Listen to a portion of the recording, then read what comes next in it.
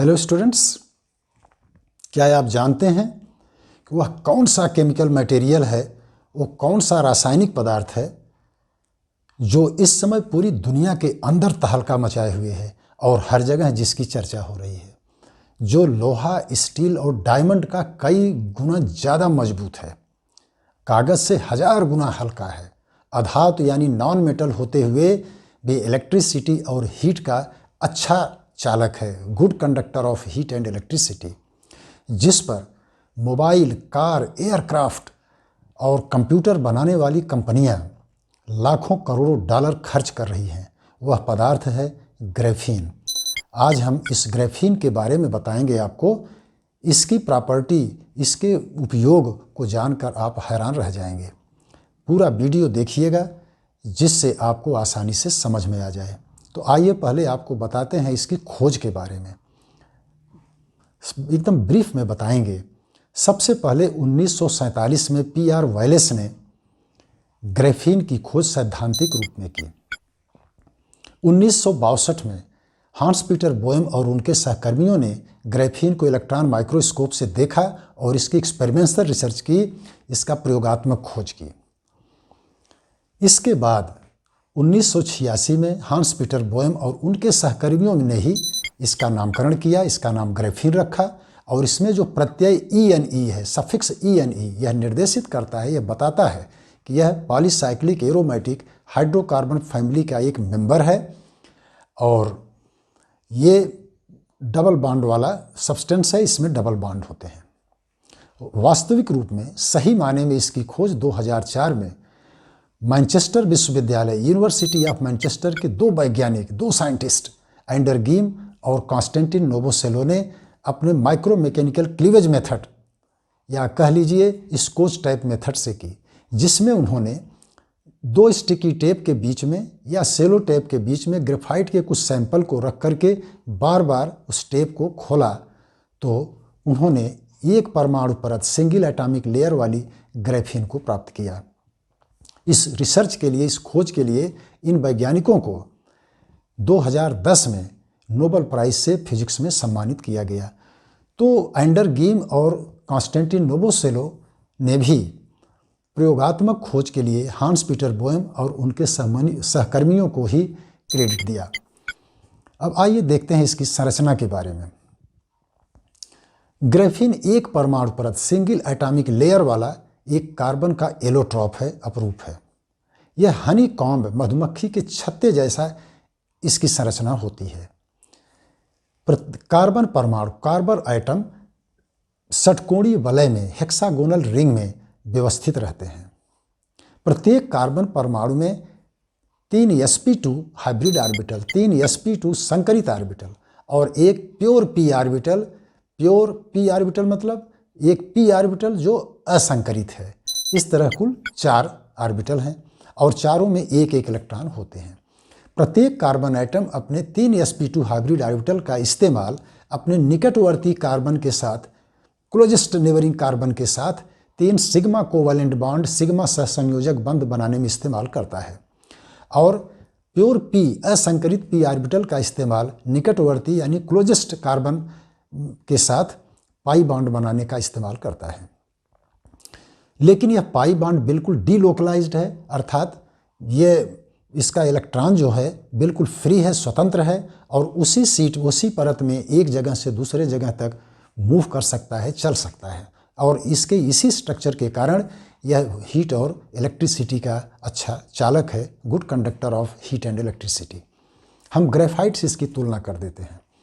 Graphite में हजारों लाखों परत होती हैं, लेयर होते हैं और लेयर के बीच में 335 से 340 पिकोमीटर का डिस्टेंस होता है और इसी डिस्टेंस के कारण ग्रेफाइट बहुत ही सॉफ्ट, स्लिपरी और चिकना होता है। लेकिन ग्रेफीन में केवल एक ही परमाणु, एक ही परत होती है जो एक ही कार्बन परमाणु की बनी होती है। और ये ग्रेफीन एक कार्बन परमाणु के परत वाला 2D मटेरियल है। 2D कैसे है? क्योंकि इसमें कार्बन परमाणु की एक ही परत होती है। तो जब एक ही कार्बन परमाणु की परत है तो इसकी थिकनेस तो कुछ है ही नहीं, इसलिए यह एक 2D मटेरियल है। अगर ग्रेफाइट के परत के बीच के वो डिस्टेंस, लेयर के बीच के डिस्टेंस को हटा दिया जाए तो वही ग्रेफाइट इतना मजबूत हो जाएगा कि उसके द्वारा बने हुए ग्रेफाइट के इस्तेमाल से बनी हुई पेंसिल की नोक को आप हथौड़े से भी नहीं तोड़ पाइएगा। इस तरह से यह ग्रेफाइट और ग्रेफीन आपने देखा। अब आइए देखते हैं इसके प्रॉपर्टीज़ के बारे में। Number 1, mechanical strength. किसी भी मटेरियल, किसी भी पदार्थ का टेंसाइल स्ट्रेंथ, तन्यता शक्ति, उसका वह गुण है जिसके कारण वह अधिक से अधिक कितना प्रेशर, मैक्सिमम प्रेशर या maximum force per unit area पर वह टूटने से पहले झेल लेता है, बर्दाश्त कर पाता है। तो लोहे की तन्यता शक्ति, लोहे का टेंसाइल स्ट्रेंथ 275 मेगापास्कल है।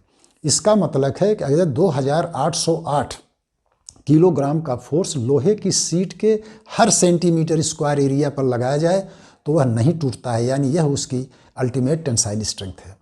इसी तरह स्टील तो कई तरह के होते हैं। एक आम स्टील जिसका तन्यता शक्ति, टेंसाइल स्ट्रेंथ 400 मेगापास्कल है, तो इसका मतलब यह है कि अगर 400 मेगापास्कल मतलब 4078 किलोग्राम का फोर्स अगर स्टील के हर सेंटीमीटर स्क्वायर एरिया पर लगाया जाए तो वह स्टील नहीं टूटेगा।